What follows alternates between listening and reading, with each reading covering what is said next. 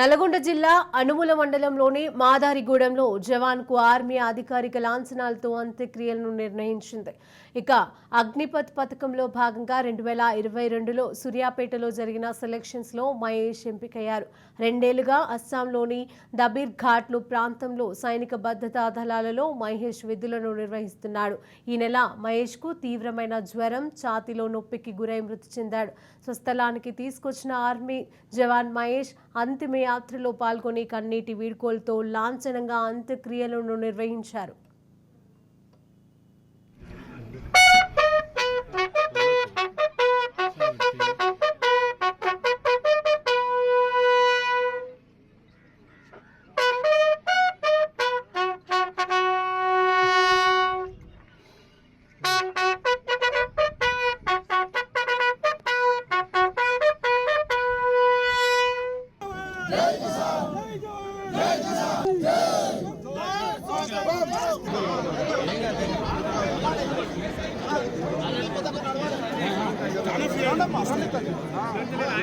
నన్ను